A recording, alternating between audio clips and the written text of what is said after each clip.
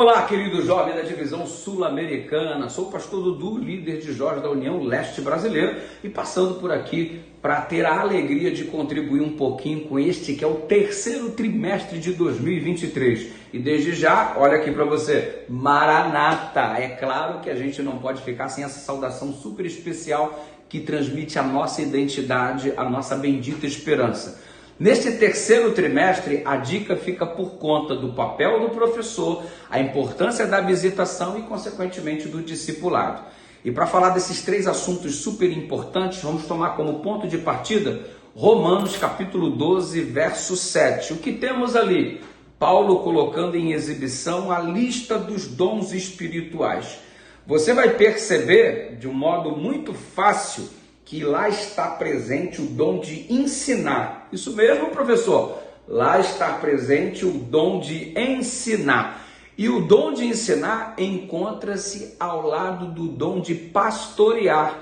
Pastorear, ensinar. Que coisa, hein? Não tem como separar essas duas coisas. Se você ensina, você já está pastoreando alguém.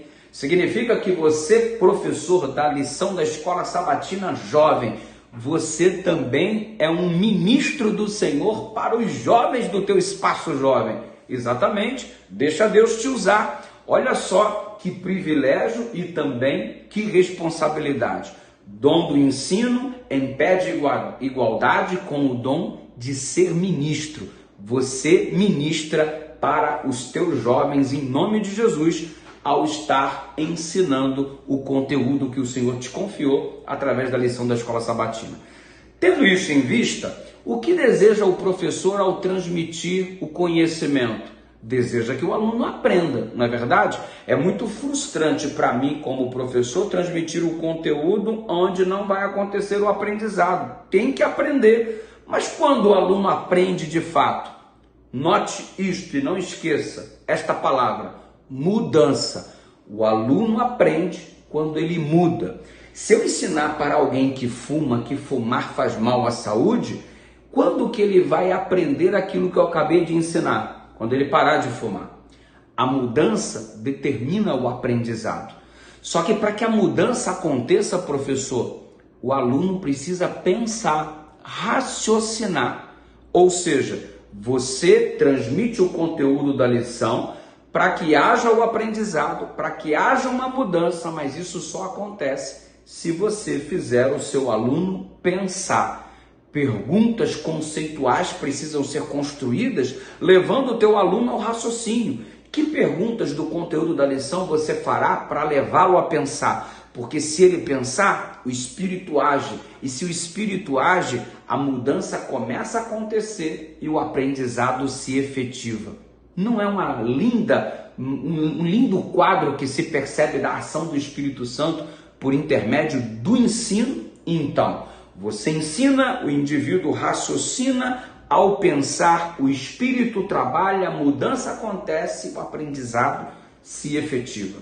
Essa é a dinâmica. Tendo isso em vista, é muito importante que você canalize o conteúdo da lição para suprir a necessidade do teu aluno. Já pensou, o teu aluno pode estar atravessando um momento muito difícil na família, ele chega no sábado de manhã no espaço jovem, você precisa suprir essa necessidade. Talvez ele seja uma pessoa que se sinta mal amada, não querida, meia rejeitada, o patinho feio da civilização. Você canaliza o conteúdo da lição para suprir essa necessidade.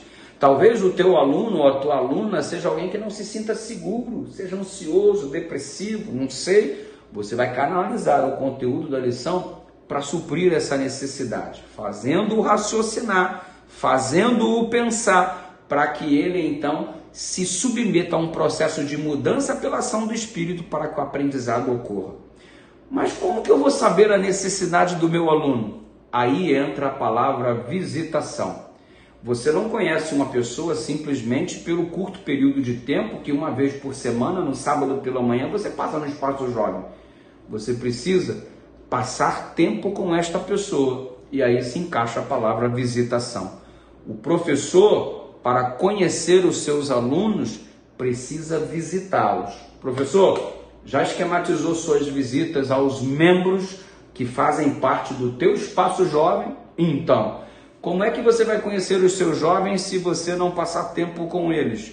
E se você não passa tempo com eles, você não sabe a necessidade deles. Se não sabe a necessidade deles, como canalizará o conteúdo da lição? E aí, se você souber a necessidade por intermédio de uma visitação eficiente, nossa, tudo vai se transformar maravilhosamente bem, porque o espaço será construído para o ambiente perfeito para a ação do Espírito Santo.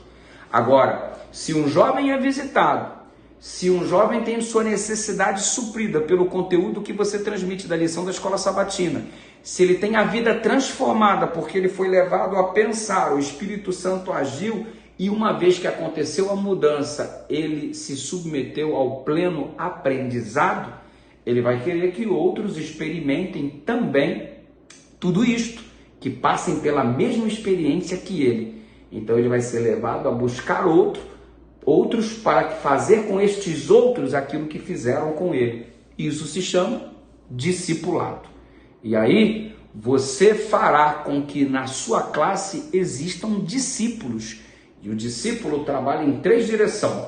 Na direção vertical, comunhão com Deus. Na direção horizontal, de catalisar pessoas para o reino. E na direção interna, de se autocompreender pela luz do Evangelho. Discípulo 3D, aquele que se desenvolve em 3 diferentes direções. Na direção para dentro de si mesmo, para os arredores e as pessoas que o cercam e, acima de tudo, verticalizando para a comunhão com o Eterno.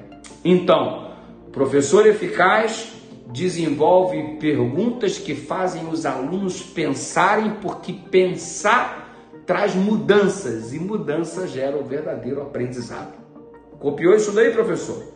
E aí o professor sabe como canalizar porque é um visitador. Ao visitar, conhece a necessidade e canaliza o conteúdo para o seu aluno que compõe a sua classe. Tendo isso em vista, você está formando uma rede de discipulado. Deixa Deus te usar. Um beijo no seu coração, graça e paz.